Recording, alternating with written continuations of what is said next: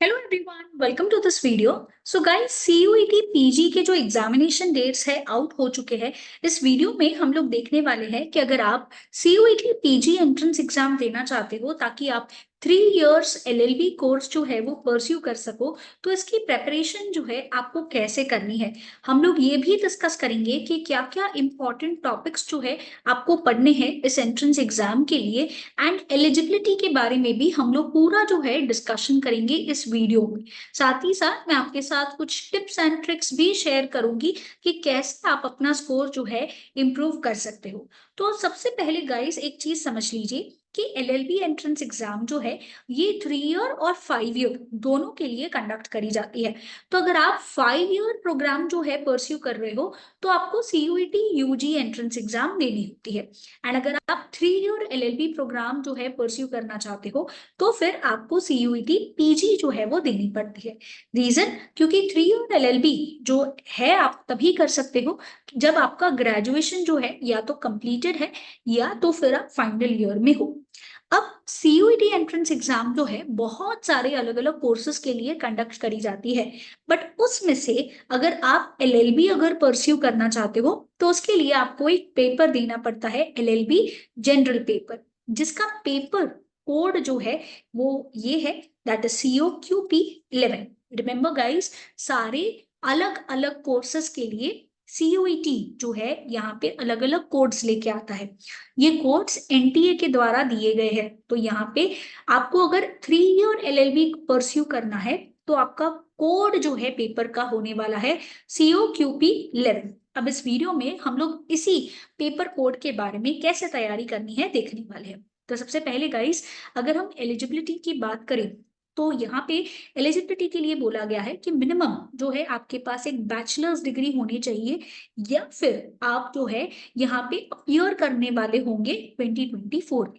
किसी भी तरीके का एज रेस्ट्रिक्शन जो है नहीं दिया गया है, जो बहुत अच्छी बात है। सो अगर सपोजिंगली अगर आपका ग्रेजुएशन कुछ साल पहले कंप्लीट हुआ, फिर आप जॉब करने लगे या किसी कारण से जो है आपने अपना लॉ जो परस्यू करने का ड्रीम है वो उस वक्त स्टार्ट नहीं किया, तो आप अभी इस वक्त भी स्टार्ट कर सकते हो। ऐसा किसी भी तरीके का रेस्ट्रिक्शन एज के ऊपर नहीं दिया गया है।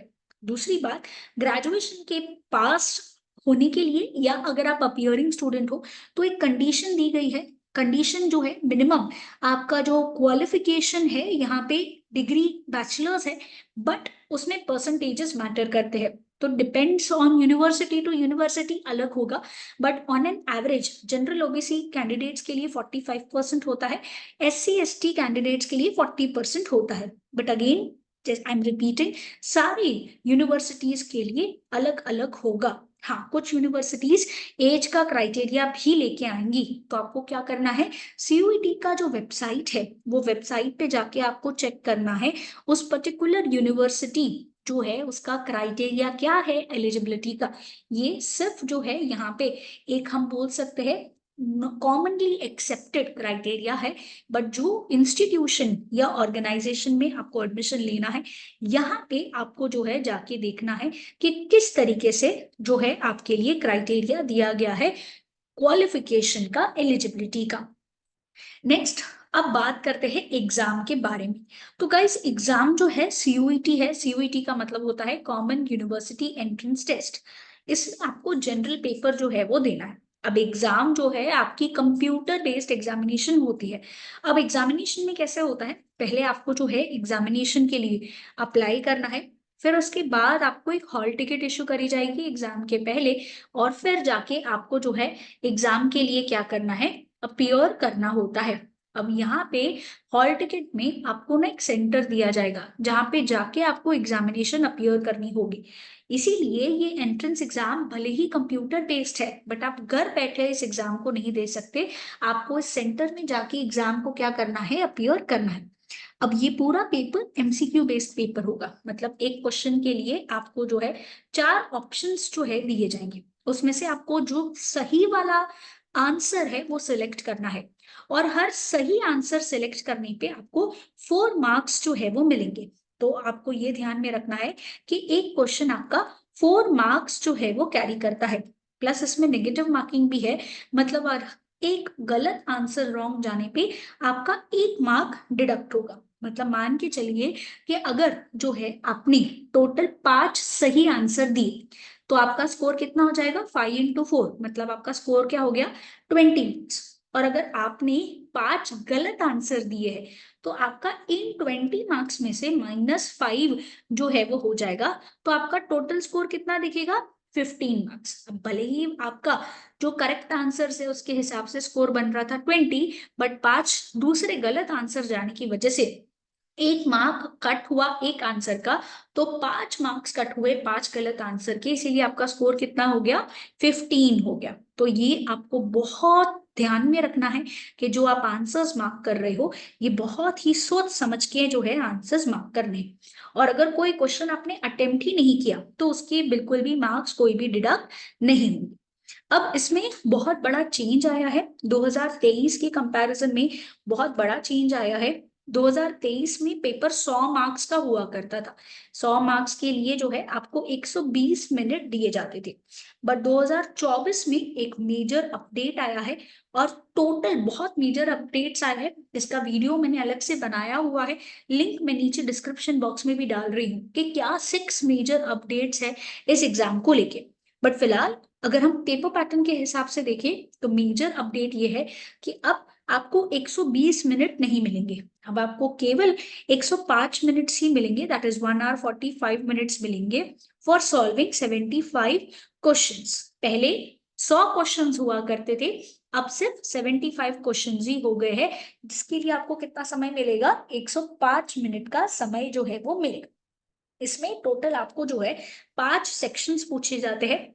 पांचों सेक्शंस के नाम है verbal ability, GK, computer, general aptitude and logical reason. ये आपके 5 सब्जेक्ट्स हो जाएंगे। अब इनका स्पेसिफिक अलग से वेटेज नहीं दिया गया कि ये टॉपिक इतना वेटेज कैरी करेगा, ऐसा नहीं दिया गया है, ठीक है। तो आपको पांचों सब्जेक्ट जो है बहुत अच्छे से करके जाने हैं।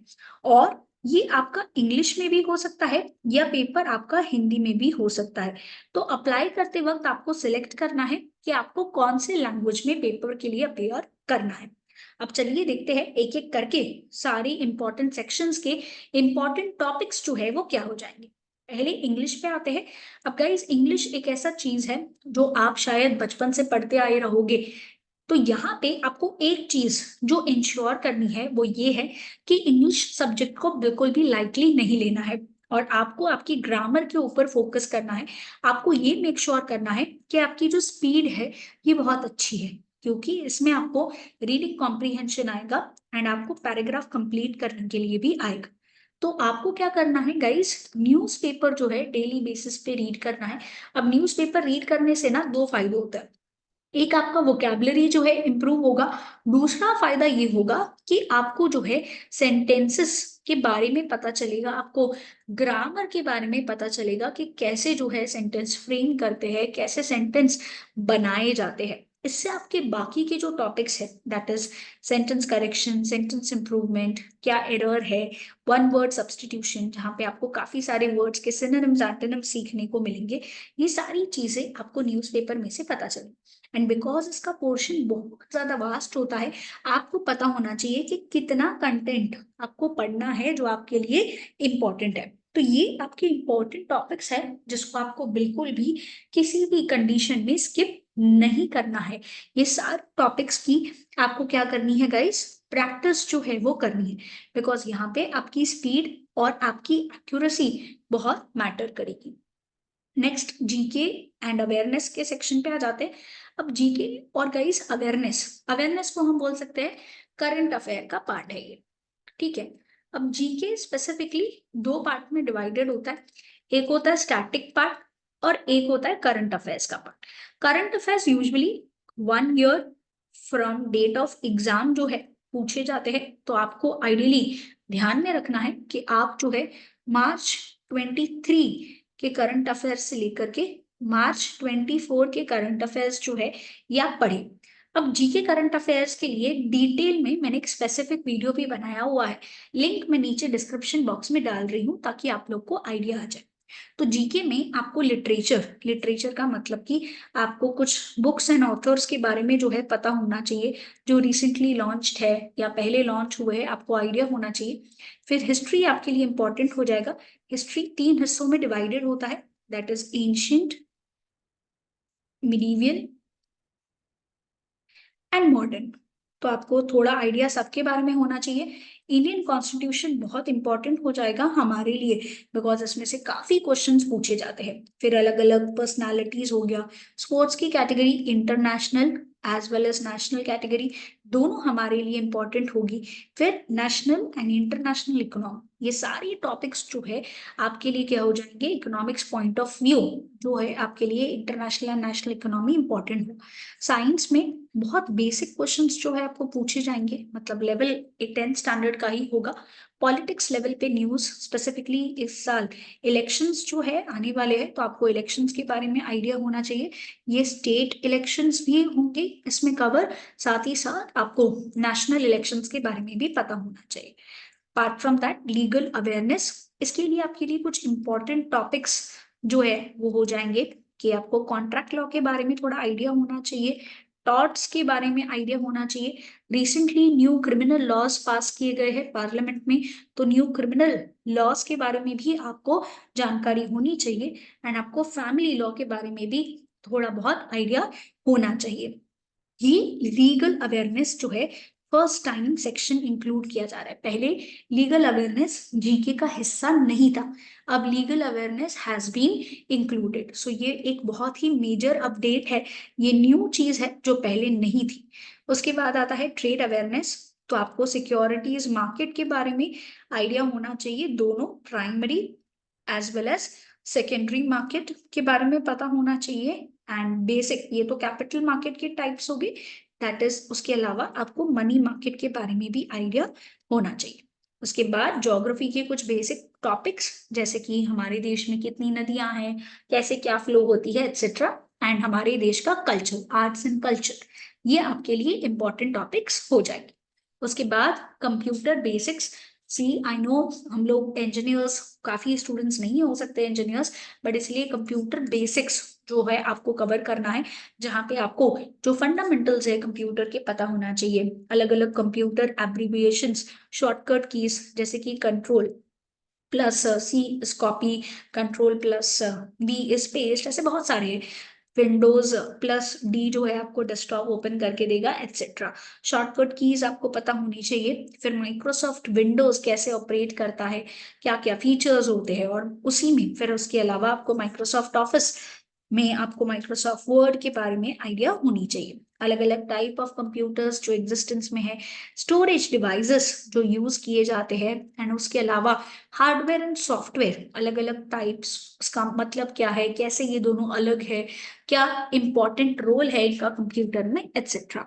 उसके बाद जो डिवाइसेस यूज होते हैं, input and output devices, internet के बारे में कैसे फंक्शन करता है, कंप्यूटर नेटवर्क्स आपको आइडिया होनी चाहिए। वेबसाइट्स जो अलग अलग है, तो ये कैसे बनती है, इनका इंपॉर्टेंस क्या है, एक्सेट्रा। वेब ब्राउजर्स जो है, इनके आपको नेम पता होने चाहिए। वेबसाइट्स के भी कुछ कुछ वेबसाइट्स के आपको नेम पता होने चाहिए, ब्राउजर्स के नेम, फिर किसने इसको स्टार्ट किया, एक्सेट्रा। कंप्यूटर वायरस के बारे में आपको आइडिया होना चाहिए, अलग अलग टाइप्स, और ये कैसे कंप्यूटर में एंटर कर सकते हैं। एंड कुछ इंपॉर्टेंट कंप्यूटर रिलेटेड टर्म्स, जैसे कि सीपीयू हो गया, इसका मतलब क्या है, क्या रोल प्ले करता है, हार्डवेयर हो गया, सॉफ्टवेयर हो गया, एक्सेट्रा, के बारे में आपको आइडिया होना चाहिए। नेक्स्ट आता है आपका जनरल एप्टीट्यूड, जिसमें हम बोल सकते हैं कि आपका मैथ्स में से कुछ कुछ टॉपिक्स जो है वो पूछे जाते हैं, प्लस लॉजिकल रीजनिंग में से भी कुछ कुछ टॉपिक्स जो है वो पूछे जाते हैं। तो डिवाइडेड है जनरल एप्टीट्यूड में, आपको clocks, calendar, simplification problems, ages number के ऊपर, LCM, HCF, percentage, profit and loss, compound interest, simple interest, ratio, proportion, time and work, time and distance, stocks and shares के बारे में, डिस्काउंट और bankers discount, geometry, menstruation, उसके अलावा union, permutation, combination, area, volume, surface area, ये सारी चीजें important आपके लिए हो जाएंगी मैथ्स पॉइंट ऑफ व्यू से। एंड फिर आता है आपका लॉजिकल रीजनिंग, जिसमें आपके लिए इंपॉर्टेंट टॉपिक्स होंगे लीनियर इक्वेशंस, रैंकिंग टेस्ट हो गया, अरेंजमेंट्स हो गया, सीक्वेंस करना, सेंटेंस एंड आर्ग्यूमेंट्स, फिर सेंटेंस एंड अजम्पशंस, फिर conclusion, number series, inferences, coding, decoding, verbal reasoning, symbol based problems etcetera आपके लिए क्या हो जाएंगे, इंपॉर्टेंट टॉपिक्स हो जाएंगे। अब ये गाइस आपको मेक श्योर करना है कि पूरे पेपर का वेटेज जो है आपका है 75 मार्क्स। तो आपके लिए सारे जो टॉपिक्स है, जो सब्जेक्ट्स है, इंपॉर्टेंट होंगे और आपको इसको साथ में लेके क्या करना है, प्रिपेयर जो है वो करना है। तो अगर आपको सीयूईटी एंट्रेंस एग्जाम के बारे में और जानकारी चाहिए तो आप जो है बी एडुकेयर के कोचिंग क्लासेस ज्वाइन कर सकते हो। हम आपको classroom coaching, live class and video recorded lectures भी प्रोवाइड करते हैं। हमारे जो सेंटर्स है वो घाटकोपर, डोंबिवली एंड दादर में सिचुएटेड है। आप यहाँ पे आके जो है एग्जाम के बारे में फ्री काउंसलिंग ले सकते हो कि एग्जाम कैसे कंडक्ट होती है, क्या चीजें आपको प्रिपेयर करनी है एटसेट्रा।